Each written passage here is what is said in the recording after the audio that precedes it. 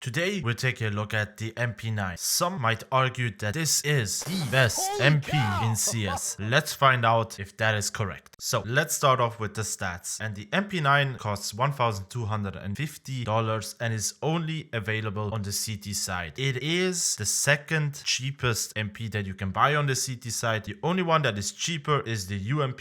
However, most people don't really use that. The kill reward is $600, which is standard for SMGs. The rate of fire is very high at 857. It has a standard magazine size of 30 bullets. The armor penetration is okay at 60% and the effective range is short to medium. The MP9 has a simple spray pattern, I would say. It goes straight up, then goes fast to the left and then quickly moves over to the right and stays there. So basically the first 10 shots you can just pull down and then move over to the right to counter the spray pattern. Now let us look at the damage profile, and this gun can actually one-hit kill an enemy.